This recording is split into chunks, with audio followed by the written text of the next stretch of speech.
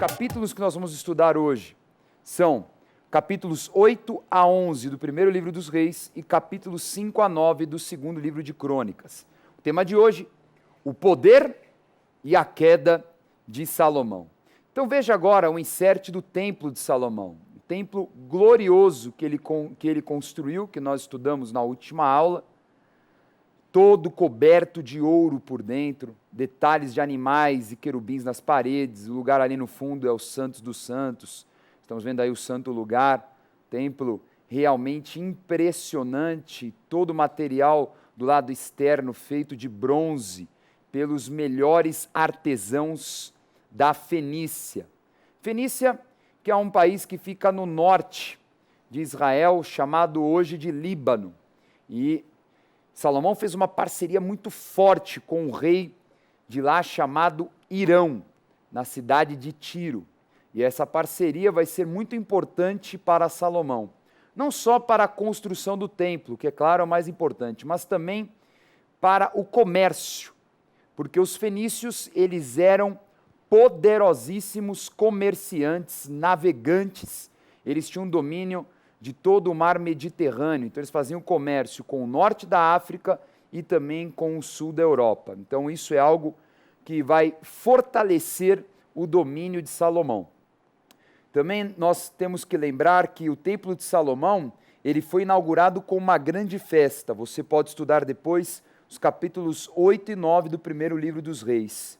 Uma celebração incrível que mobilizou todo o povo de Israel em todas as cidades. Então não era algo que se concentrava só em Jerusalém, mas todo o território que era de domínio de Salomão celebrou a grande festa de inauguração do templo. E é importante lembrar que junto com essa festa, durante 7 dias, mais uma festa aconteceu, que é a festa dos tabernáculos. Então imagine, foi uma celebração de 14 dias. Você se lembra o que é a tal da festa dos tabernáculos? Então vamos lembrar agora. Festa dos Tabernáculos, ou das Barracas, acontece nos dias 15 a 21 do primeiro mês do calendário judeu, dando início ao outono, estação das colheitas. Os judeus passavam os dias em uma barraca, chamada Sucá, e oram para que Deus mande chuva para o próximo ciclo de plantio. Também era um tempo de relembrar os 40 anos de peregrinação no deserto após saída do Egito, quando viviam como nômades em barracas. Até hoje, esta festa é praticada e em comum a leitura do livro de Eclesiastes nas sinagogas. Mais detalhes, leia os versículos 13 a 17 do capítulo 16 de Deuteronômio. E foi exatamente nesta festa de inauguração do templo que veio a presença de Deus, como que uma nuvem que tomou conta de todo aquele templo, e ali dentro a Shekinah, que é a manifestação da glória de Deus. Vamos ler essa passagem no capítulo 8. Vamos lá, primeiro livro dos Reis, capítulo 8. Nada havia na arca senão as 2 tábuas de pedra que Moisés ali pusera junto a Horebe, quando o Senhor fez aliança com os filhos de Israel, ao saírem da terra do Egito. Tendo o sacerdote saído do santuário, uma nuvem encheu a casa do Senhor, de tal sorte que os sacerdotes não puderam permanecer ali para ministrar, por causa da nuvem, porque a glória do Senhor enchera a casa do Senhor. Então temos 2 curiosidades neste momento em que veio a glória de Deus sobre o templo. Bom, pergunta que eu quero te fazer.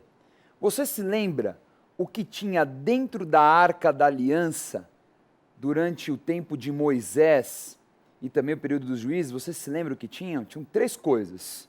Tinha as tábuas da lei, tinha também o bordão de Arão, o bordão do sacerdócio, e o maná.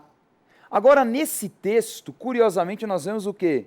Que 2 peças não estavam mais presentes, somente as tábuas da lei. Então, é algo que nos dá também a entender o momento espiritual que Israel passaria a viver dali em diante, porque a única coisa que vai permanecer depois de Salomão são os rituais e as leis de Moisés. Nós vemos que, com o passar do tempo, de reinado em reinado após Salomão, vai ter uma queda, vamos colocar assim, religiosa em Israel, até chegar um momento que nós já estudamos, o silêncio profético. 400 anos entre o Antigo e o Novo Testamento sem profecia. Por quê? Porque realmente a única coisa que continuou foi a lei. Somente as tábuas da lei realmente tinham valor. E aquele significado da provisão e da autoridade sacerdotal? Isso vai se esvaziando, porque aquilo que era um culto santo a Deus, depois de muitos séculos, vai se tornar apenas uma religião. Então, eu já estava apontando para aquilo que aconteceria no futuro. Agora, curiosa é a reação da glória de Deus naquele templo, porque aqui nós vemos todos, os sacerdotes não puderam permanecer ali, tamanha era a força daquela glória. Está aí algo muito interessante que nós vemos em muitas igrejas evangélicas, que é cair na unção, essa força espiritual que a pessoa acaba perdendo os sentidos e tendo uma experiência com o Espírito Santo de Deus. Ela é bíblica e ela vai ser demonstrada em muitos momentos, não só no Novo Testamento, como no Antigo Testamento.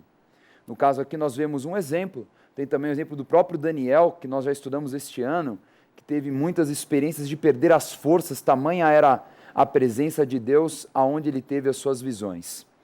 Continuando nosso estudo, vamos lembrar da promessa que Deus tinha dado a Moisés e a Josué, do território que seria conquistado, já que nós estamos falando de poder de Salomão, vamos entender, será que Salomão alcançou essa promessa de Josué? Vamos ler. Vamos lá, Josué capítulo 1, versículo 4. Desde o deserto e o Líbano até o grande rio, o rio Eufrates, toda a terra dos heteus e até ao mar grande, para o poente do sol será o vosso limite. Então a promessa ela é bem clara, ela vem do Líbano até o Eufrates, toda a terra dos heteus, que ficava mais ao norte, e também até o mar grande. Então nós vemos aí que é a região que seria do mar Mediterrâneo. Então, olha o tamanho da área que foi profetizada. E Salomão será o único a conseguir completar esta promessa. O único a ter essa dimensão de domínio territorial. Veja então nesse mapa o domínio de Salomão. Olha só como cumpre a palavra de Josué. Toda a região do deserto ali ao sul, até o Líbano, que é ao norte, até o grande rio Eufrates, que você vê aí a região da Mesopotâmia, e toda a terra dos heteus, que vem do centro a leste.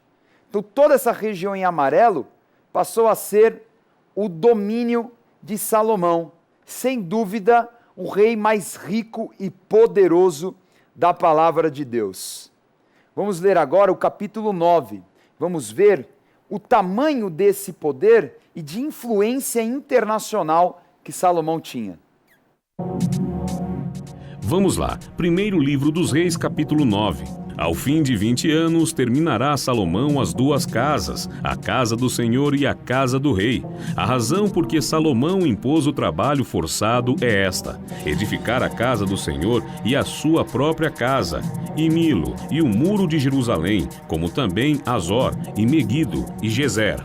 Quanto a todo o povo que restou, que não eram dos filhos de Israel, os quais os filhos de Israel não puderam destruir totalmente, a esses fez Salomão trabalhadores forçados até hoje. Porém, dos filhos de Israel, não fez Salomão escravo algum. Eram homens de guerra, e seus oficiais, e seus príncipes, e seus capitães, e chefes dos seus carros e dos seus cavalarianos. Fez o rei Salomão também Naús em Ezion-Geber, que está junto a Elate, na praia do Mar Vermelho, na terra de Edom. Mandou Irão com aquelas naus, os seus servos, marinheiros, conhecedores do mar, com os servos de Salomão. Chegaram a Ofir e tomaram de lá 14 toneladas de ouro, que trouxeram ao rei Salomão. Bastante ouro, e o que nós vamos falar é que realmente Salomão acumulou muito ouro e riqueza de outras nações. Muito legal o detalhe da palavra, falando sobre a organização social de Israel. Salomão ali deixou bem claro, os israelitas serão soldados, serão homens nobres, terão trabalhos, por exemplo, vamos dizer assim, profissionais liberais, e chefes, oficiais, capitães e assim por diante. Quanto que aos estrangeiros que estavam ali ainda vivendo entre os israelitas, lembra que isso aí é uma coisa antiga, hein? Lembra do livro dos Juízes, quando nós estudamos?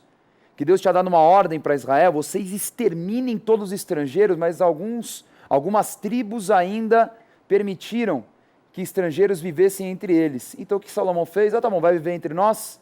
Então vocês vão ser escravos, vocês vão trabalhar forçadamente. E com este trabalho forçado, com todo este grupo de pessoas, ele vai construir muitas coisas, ele vai construir muitas fortalezas, ele vai construir cidades. Então ele vai deixar o reino muito forte, muito estável, muito organizado, com muitos palácios. Nós vemos aí que a construção dos palácios e também do templo foram 20 anos de trabalho, imagine, metade do tempo de reinado de Salomão. Então, ele foi um cara que trabalhou incessantemente, Salomão não parava, em nenhum momento você vê Salomão encostado, mas sempre construindo algo, sempre fortalecendo o seu reino e estreitando as relações internacionais. Começou com o Irão, que ensinou a ele ter esse domínio sobre a navegação. Nós vemos aí que ele vai construir naus, vai construir barcos de comércio com o objetivo de transitar entre os principais mares que estavam ao redor de Israel para alcançar novos povos, novas alianças, fora que ele vai se casar bastante, nós vamos ver isso daqui a pouquinho. O ponto é que começou com o Irão, mas estas relações internacionais vão aumentar, por quê? Porque Salomão se tornou um homem muito famoso. Um homem muito conhecido pela sabedoria e pelas riquezas. Antes de nós vermos isso, veja no mapa como ele estrategicamente vai distribuir as suas fortalezas. Então você vê esses quadrados azuis, Azor e Meguido protegendo todas as estradas do norte. Ao sul você vê Tamar protegendo a estrada que vinha de Ezion-Gezer, que era onde vinha uma das principais rotas de comércio do Mar Vermelho, rota marítima.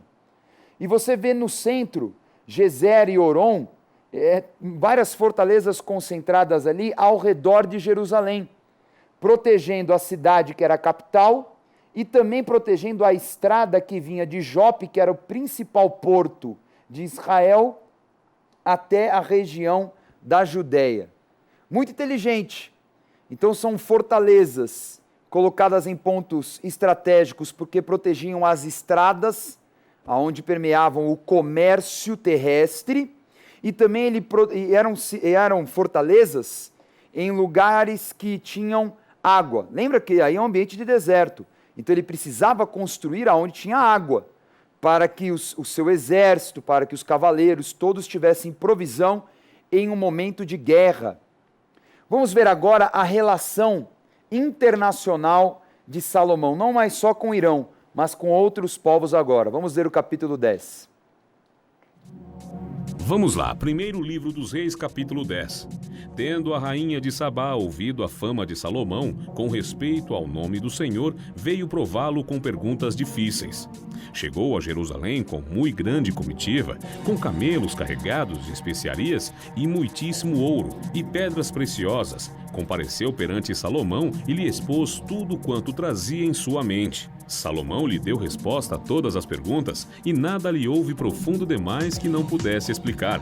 Deu ela ao rei 4 toneladas de ouro, e muitíssimas especiarias, e pedras preciosas. Nunca mais veio especiaria em tanta abundância, como a que a rainha de Sabá ofereceu ao rei Salomão. O peso do ouro que trazia Salomão cada ano era de 23 toneladas de ouro, além do que entrava dos vendedores, e do tráfico dos negociantes, e de todos os reis da Arábia e dos governadores da terra. Assim, o rei Salomão excedeu a todos os reis do mundo, tanto em riqueza como em sabedoria. Bispo G, esse versículo final diz bem claro que era Salomão, um homem que excedeu a todos os reis do mundo. Então, um homem extremamente poderoso e rico pela habilidade, comercial, pelas alianças que ele fez, pela sabedoria, né, em que todos admiravam. Nós vemos aqui a história da rainha de Sabá, que foi testá-lo. Será mesmo que esse cara é tudo isso? E ela ficou tão chocada com as respostas que ela deu presentes como nunca ninguém dera, só de especiarias.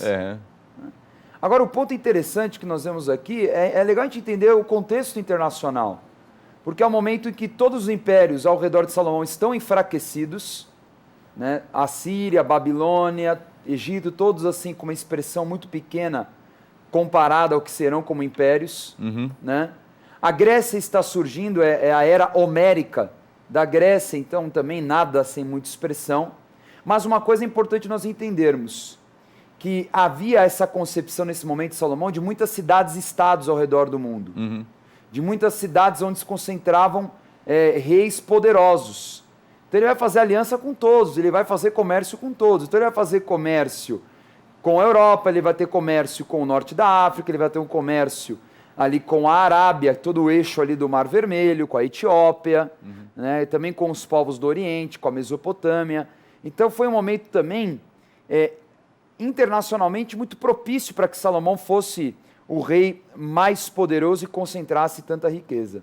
A realidade é que naquela época, né, pegou um contexto, a gente vê como Deus faz as coisas, né, em que existiam muitos reinos fortes, poderosos, mas nenhum que fosse mais do que o outro. Então havia uma equiparação. Os assírios estavam, né, com uma força muito grande, mas da mesma forma, tanto Babilônia, a própria Pérsia, os Medos, o que havia ao redor, Egito, estavam numa fase estável, porque ninguém se arriscava a entrar numa guerra, num conflito mais direto. Então era tipo assim, uma guerra fria. E nessa guerra fria, ele fazia o comércio entre os continentes. Então o que acontece? Ele se fortaleceu muito no comércio entre os continentes, fazendo esses tipos de alianças. Quer dizer, o nome dele, né, Salomão, homem de paz, Deus preparou para a época dele tempos de paz. Porque ainda que, vamos dizer, ele quisesse ter paz, se caso houvesse guerra, de um lado ou do outro, Egito contra a Mesopotâmia e assim por diante, eles, como países aliados, ele teria que entrar na guerra também.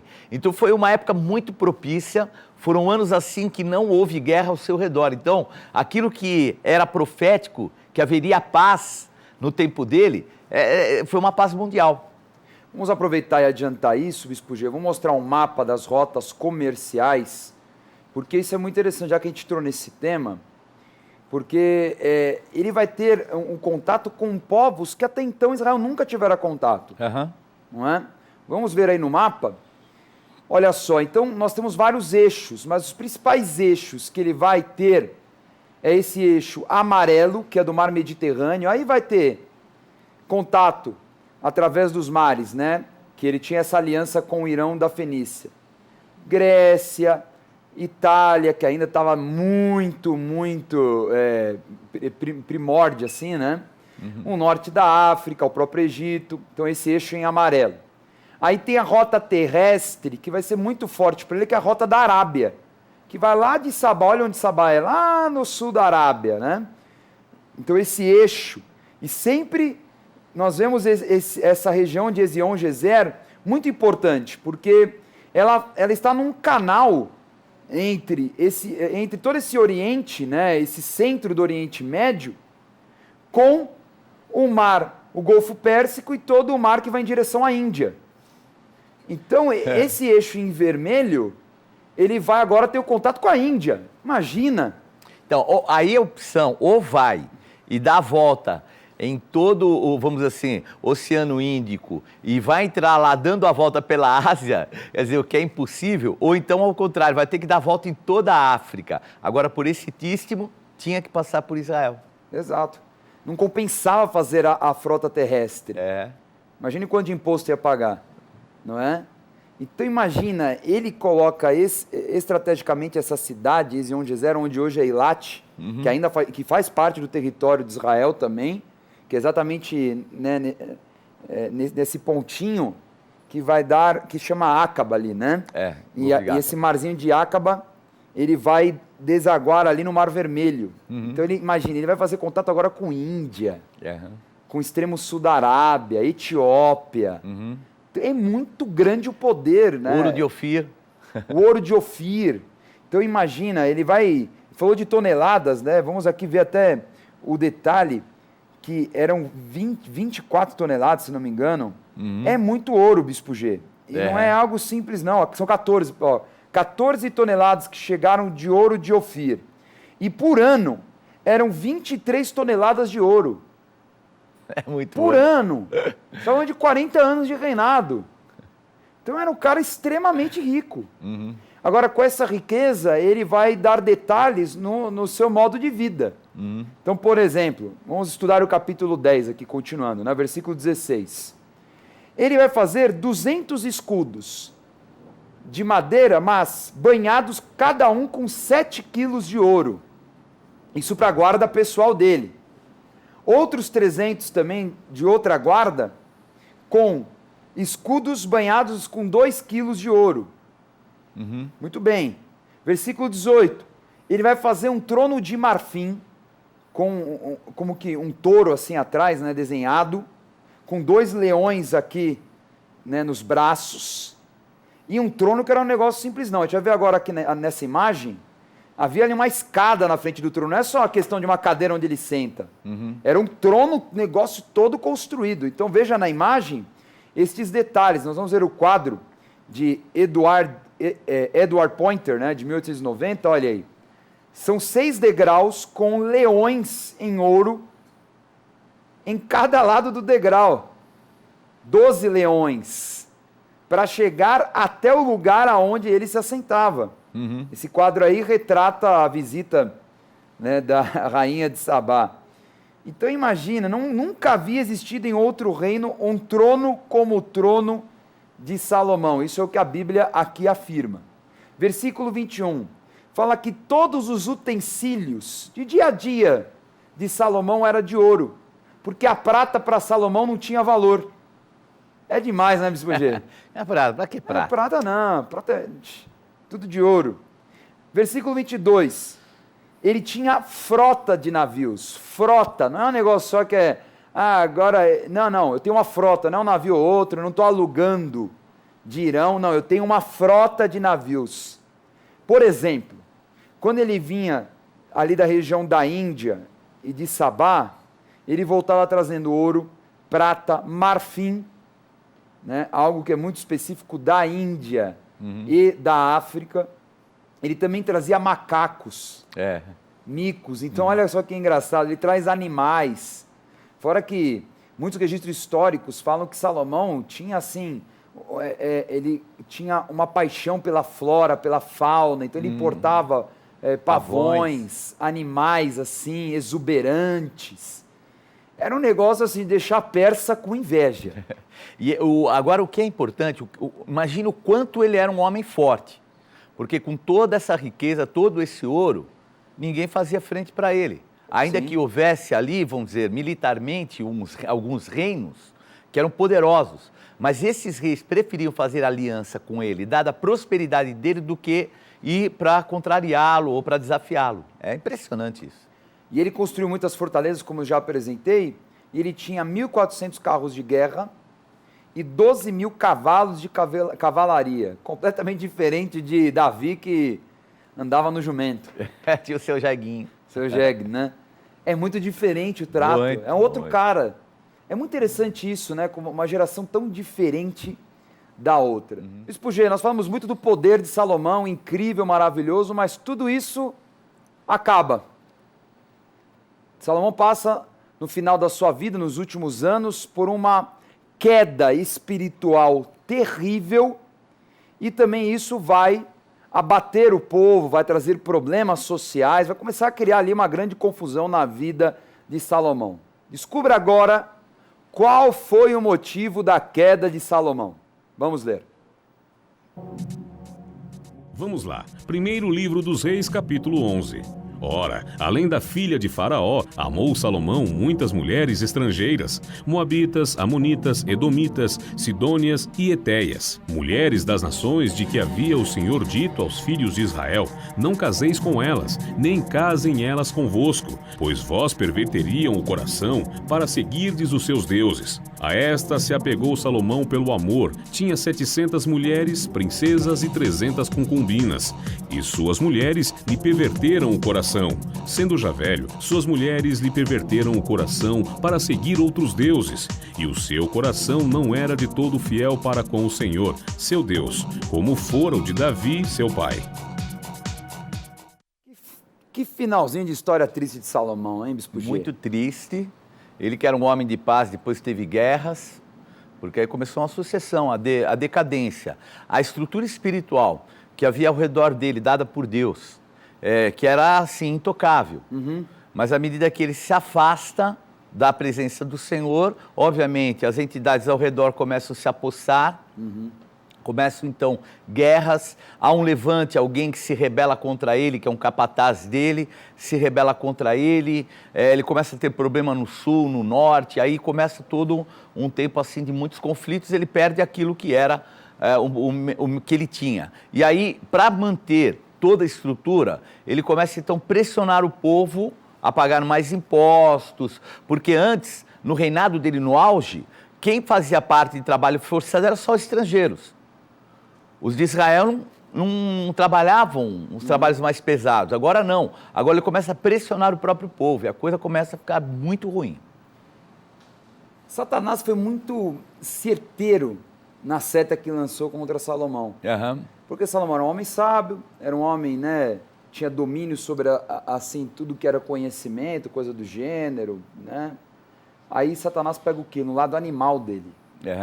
Né? No lado do sexual, no lado da intimidade. Ele é roubado no coração enganoso pelas mulheres. Então, Satanás aí usa a mulher para destruir a vida de Salomão. Então, a mulher teve o poder ali de tirar a sabedoria de Salomão. Então, imagine, né, Bispo G, por 2 vezes Deus tinha falado para Salomão. Primeira vez em Gibeão, antes de construir o templo. Depois que construiu o templo, de novo em Gibeão. Fala: Salomão, guarda os mandamentos, seja fiel como teu pai, teu reino será protegido, né, o trono será preservado para os teus filhos. E nós vamos ver que isso vai ter consequências muito grandes na vida de Roboão na próxima aula. É verdade. O seu filho mais velho. Então o que acontece? Ele, na sua velhice, é pervertido. Pervertido, é o termo certo. Pervertido. Perversão. Porque também, Bispo, era um cara insaciável. Mas a gente coloca, 700 mulheres que ele casou, talvez por um motivo de aliança, para fazer média, política, tudo bem, você poderia até justificar. Mas ele tinha 300 concubinas, então ele era um cara sexualmente insaciável. Salomão Imagina, era um maluco. Assim, um cálculo. Vamos dizer que 1000 mulheres, que ele tivesse, assim, acima do que é o normal, ele tivesse contato com uma mulher fisicamente uma vez por dia, ele ia encontrar a mesma mulher 3 anos e meio depois. Quase 3 anos e meio depois. É loucura. É algo que não tem como, né, entender. Encontrou-se uma fragilidade em Salomão. Na verdade, um fruto até de uma maldição hereditária que talvez não fora resolvida. Porque Salomão ele era fruto, né, de Batseba com Davi, e pode ser enxergado talvez uma oportunidade que Satanás encontrou de fragilidade genética. Alguma fragilidade espiritual. E o fato dele também, porque esses casamentos políticos, ele não soube lidar até o fim com eles, né? Porque eram mulheres amonitas, moabitas, quer dizer, mulheres que tinham comprometimento também, vamos dizer, de ordem sexual com demônios. Os moabitas, amonitas, terríveis. Então, ele, por talvez não vigiar, então durante um determinado tempo ele teve essa soberania, mas depois ele se permitiu ser pervertido através dessas mulheres, que eram mulheres assim que faziam cultos à fertilidade, quer dizer, tinha todo tipo de, vamos dizer, pombagira, hoje seria assim, toda a ordem pombagira era aquilo que andava ali com aquelas mulheres. Eram muito sensualizadas, né? Vamos ver, por exemplo, a imagem de Moloque. Moloque foi um dos deuses que ele adorou. Era uma estátua gigante, ou ela tinha como que um forno dentro, ou era uma frigideira. que ficava nos braços ali, né, desse Deus aí. E lançavam crianças recém-nascidas. Queimavam essas crianças, era uma das formas de adoração. Né? Fritavam na frigideira. Terrível. Quem imaginaria Salomão, com toda a sabedoria, o cara que tinha construído o grande templo, de repente estava sacrificando crianças. Faz um tempo agora de demônios, né? Um lugar de habitação para demônios. E vai construir lugares altos. Olha a decadência espiritual de Salomão. Bispo G é assustador quem era e quem se tornou depois por causa do sexo. Por causa e principalmente que falou aqui no começo do texto, da aliança com o estrangeiro. A lei de Moisés não tenha relacionamento, não se case, não mais nada. É tanta aquela sede de poder, aquela loucura, e foi se envolvendo emocionalmente, sexualmente, todas as coisas de demônio entrando em casa, malignidade entrando na casa, e já também velho, né, Bispo G? Já não estava naquela pegada? Não é. A gente sabe que a idade vai chegando, e às vezes o homem tem aquela necessidade, né, de autoafirmação por causa da idade, aquela autoafirmação dele, querendo mostrar que ainda era jovem, aquela coisa. Tudo isso Satanás viu ali e mandou... É agora. Vira o tio Suquita. Pois é. Tiozão Salomão, né? Insaciável, né? Pois é. Infelizmente foi isso que aconteceu. E como o Bispo G comentou, vai levantar inimigos, coisas que até então, durante boa parte do reino ele não viveu, passou a viver no final da vida dele. Então ele vai ter aí 3 grandes inimigos. Veja nesse mapa. Ele vai ter, lá no norte, na região da Síria, Rezon, que era chefe de chefe de bandido, que vai tomar o poder ali em Damasco, vai ser o rei da Síria. Depois ele vai ter problema com Rezon, ali embaixo, que era um edomita, refugiado do Egito na época do rei Davi. E Jeroboão, que era o capataz das tribos de Efraim e Manassés. Eu quero só dar detalhe, Bispo G, né? Só um detalhe sobre... Haddad, perdão, falei de Rezon. Rezon é o chefe dos bandidos. Não, Haddad era em cima e Rezon embaixo, acho que foi o mapa, eu acho. Mas o que é interessante é que esse refugiado edomita, ele estava no Egito. Olha só que loucura. E Davi tinha exterminado os edomitas. E esse fugiu e sobreviveu. E quando Davi morreu, ele volta para Edom. E ele passa a se tornar uma grande ameaça para Salomão. Não era, de repente começou a se tornar uma ameaça. Agora a ameaça pior vai ser interna. Porque essa ameaça de Jeroboão, ela vem de uma profecia de Aías.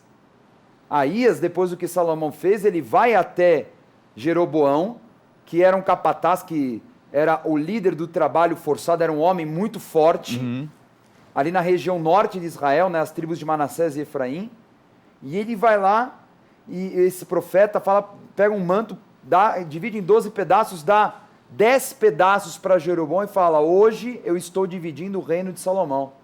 E isso vai fazer parte agora da história dos reis, porque vão se criar 2 reinos que nós vamos estudar na próxima aula: o reino do norte, que é Israel, com a capital em Samaria, e o reino do sul, que é Judá, com a capital em Jerusalém. Jeroboão vai ser muito pior que os outros 2, porque vai dividir o reino internamente. Né? Quem diria, hein? Salomão, grande rei, aonde ele foi parar, né, Bispo G? E às vezes a gente vê isso e nota isso, quantos ministérios, muitas vezes, de homens de Deus, que em determinado período, geralmente períodos assim que você colocou aqui, e alguns se perdem, né, por causa de fascinação, né, o pai, o apóstolo, ele sempre nos ministra esses 3 perigos, né, que é o poder, né, o poder financeiro, poder de fama e as mulheres, que são os 3 riscos que os homens de Deus têm que saber enfrentar, lidar e vencer, porque quem tem o Espírito Santo de Deus vence todos, né? Muito bem, essa foi a aula sobre o poder e a queda de Salomão. Antes de nós revisarmos, quero dar a dica Gospel Bay de hoje, esta coleção maravilhosa de Escola de Profetas. Existe um material didático do nosso programa e também dos cursos presenciais do Centro de Estudos Apostólicos. São 3 módulos: conhecendo o mundo espiritual, aprendendo a se relacionar com Deus e conhecendo os livros da Bíblia. Você adquire essa coleção com preço super acessível e pagamento facilitado no site gospelbay.com.br ou pelo telefone 3500-1222. O Gospel Bay é a loja virtual da Rede Gospel de televisão. Nova loja Gospel Bay. Os seus artigos preferidos agora estão ainda mais acessíveis no site gospelbay.com.br. Mais ágil, mais simples e mais seguro. Acesse agora mesmo o novo site gospelbay.com.br e boas compras. Vamos revisar a aula de hoje.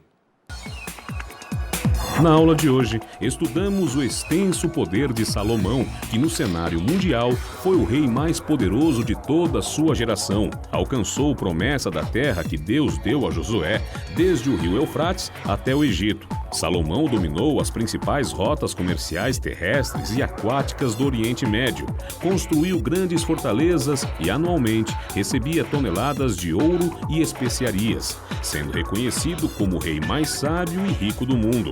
Entretanto, na velhice, seu coração perverteu-se com os deuses estrangeiros das suas centenas de mulheres e passou a ter 3 grandes inimigos, Edom, Síria e as 10 tribos do norte futuramente. Tome nota da agenda do programa Escola de Profetas. Não perca a oportunidade de se aperfeiçoar mais no conhecimento da Palavra de Deus e desenvolver seu ministério. Participe dos cursos do Centro de Estudos Apostólico. Para mais informações, acesse ceaapostólico.com.br ou entre em contato pelo telefone 11 3203 0641.